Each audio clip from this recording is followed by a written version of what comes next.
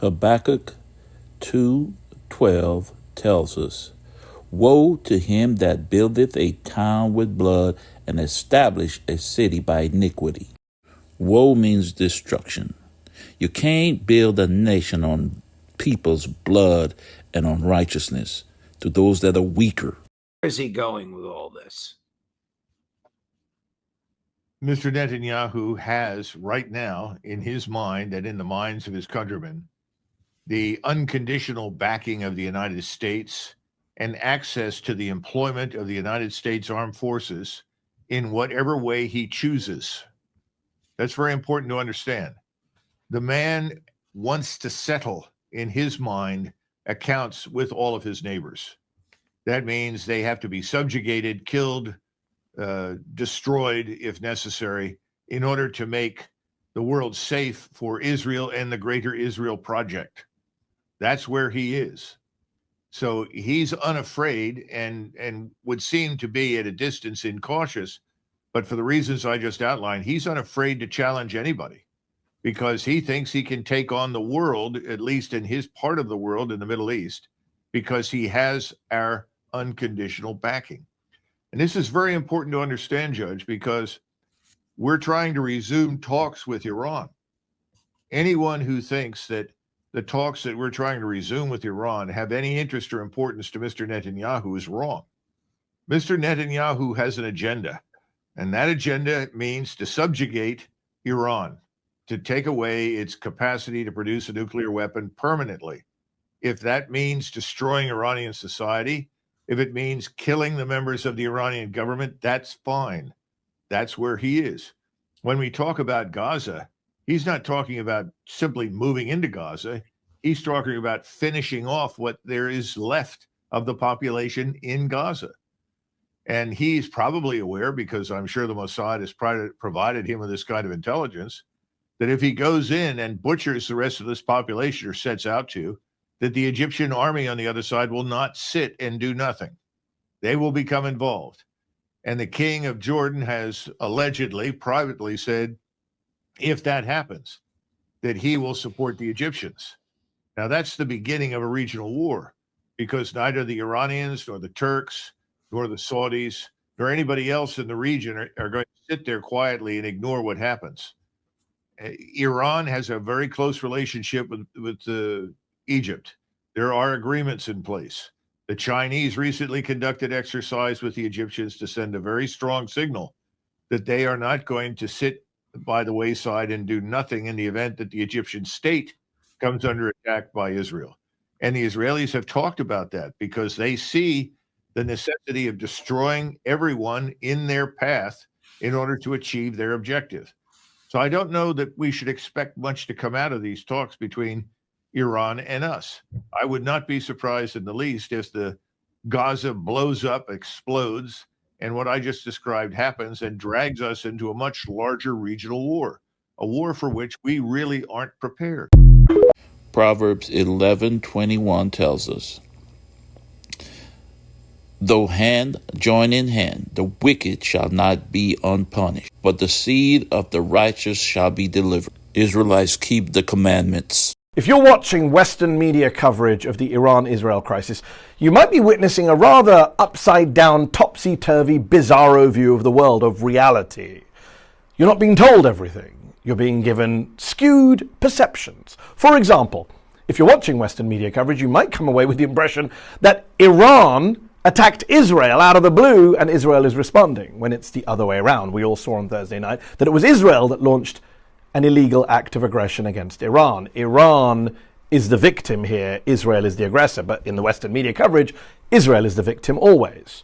Some other points you may miss while watching Western media coverage: for example, Iran doesn't have nuclear weapons. Israel does. Iran is a signatory to the Nuclear Non-Proliferation Treaty, the NPT. Israel isn't. Iran has allowed IAEA inspectors into its country. Israel doesn't. It's a nuclear double standard that I raised with former Israeli Deputy Foreign Minister Danny Ayalon a few years back on my Al Jazeera English show Head to Head, in a clip that's recently gone viral again. How many nuclear weapons does Israel have? Because experts say it's anywhere between 80 and 400. So what? So what? Yeah, so what? Has Israel ever So threatened? do you recognize the hypocrisy of Israel No. having a secret illicit nuclear weapons program that it won't open up its doors to and won't talk about, and then lecturing everyone else in the region about nuclear Absolutely weapons? not. You know why? You talked about hypocrisy. Let me ask again. If an Iranian guest came on my show and I asked him about Iran's nuclear program, he said, I don't know, I'm not going to talk about it. Would you be okay with that? You'd be outraged. Of course, And I yet would you be. sit here as a former Of course I minister of would the be, Israeli because- government saying, oh, I don't know, Of course never would talked about be, nukes with anyone. Because there was like 16 United Nations Security Council resolutions against Iran. And there Iran is was a against Israel. signatory And there is of the against Israel as None well. About About your nuclear issues? program? No. Yes, there is. UN So- Resolution 487. Let me read it to you. The UN Security Council in 1981 says, calls upon Israel urgently to place its nuclear facilities under the safeguards of the IAEA. Why haven't you done that? Because There you have it, the nuclear double standard. Israel violates multiple UN Security Council resolutions when it comes to its own stockpile of nuclear weapons. And yet Western media interviewers who have multiple Israelis on air all the time never really ask about this, never really ask about Israel's nukes. Why? I get why Israel wants to maintain its policy of nuclear ambiguity, of not confirming or denying that it has nukes. But why does the US media, the UK media, the Canadian media, why do they all have to go along with it? If you take out Saddam's regime, I guarantee you that it will have enormous positive reverberations on the region. And I think that people sitting right next door in Iran, young people, and many others will say, the time of such regimes, of such despots, is gone. There is a new age, something new is happening. And that is speculation on your part, or you have some evidence to that effect? You know, I was asked the same question in 1986. I had written a book in which I had said that the way to deal with terrorist regimes, well, with terror, was to deal with the terrorist regimes. And the way to deal with the terrorist regimes, among other things, was to apply military force against them. The way we did in Afghanistan. The way, for example, I want to answer your question. Well, I guess I'm running out of time, so I quickly was trying to get there. We've done, I think, what you proposed in Afghanistan, yet I haven't seen that sort of neighborhood effect. Well, I think there's been an enormous effect.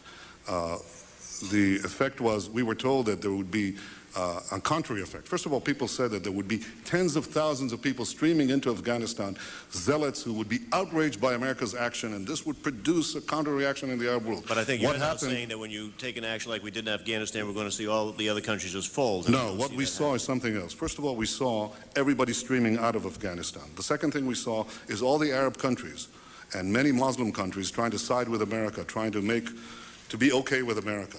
The application of power is the most important thing in winning the war on terrorism. If I had to say, what are the three principles of winning the war on terror? It's like, what are the three principles of real estate, the three L's, location, location, location? The three principles of winning the war on terror are the three W's, winning, winning, and winning. The more victories you amass, the easier the next victory becomes. The first victory in Afghanistan makes the second victory in Iraq that much easier. The second victory in Iraq will make the third victory that much easier too, but it may change the nature of achieving that victory. It may be possible to have implosions taking place. I don't guarantee it, Mr. Turney, but I think it makes it more likely. And Israel could never do these wars on its own. These are American wars.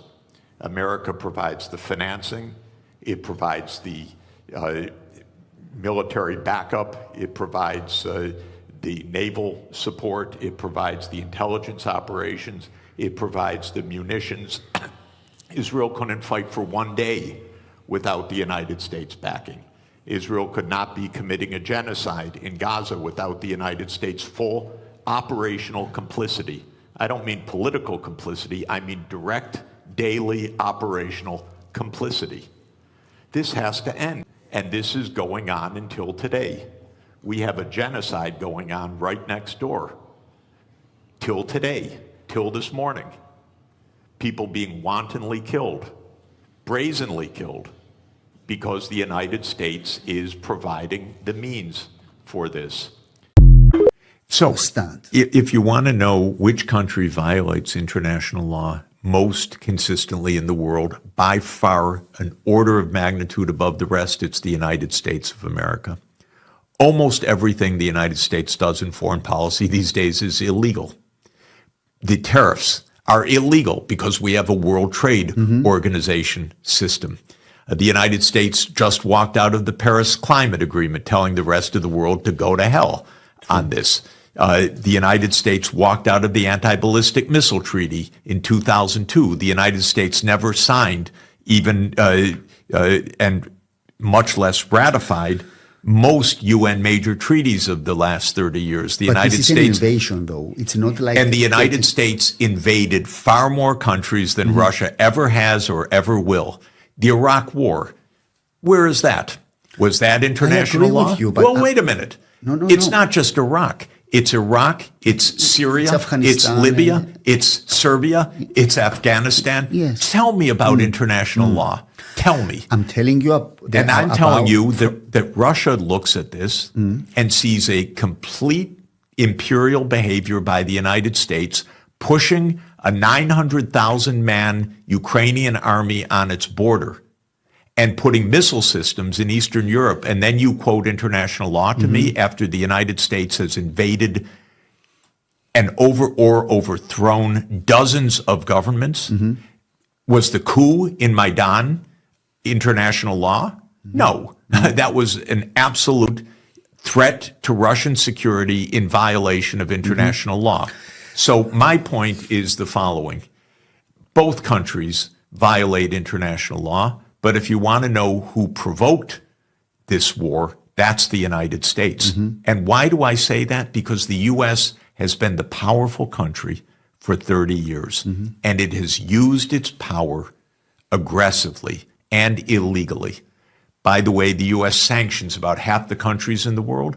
Those sanctions are illegal. They're against international law. Every year, the UN General Assembly votes that these are illegal. So, yes, if we want to talk about international law, I'm all for it. I love the UN. The United States is the biggest violator of international law, and that is the first point. This was provoked by the world's most powerful country. Now, let's get to peace. But does it justify the invasion, though, Professor? It explains it completely. It explains. I agree with you. Well, totally. justify is not even relevant here. Russia's national security was threatened by the United States deliberately. How's Russia going to act as a great power? It's going to respond. So the United States has to stop provoking wars. It has to stop overthrowing governments. It has to stop covert regime change operations. It has to stop wars of choice.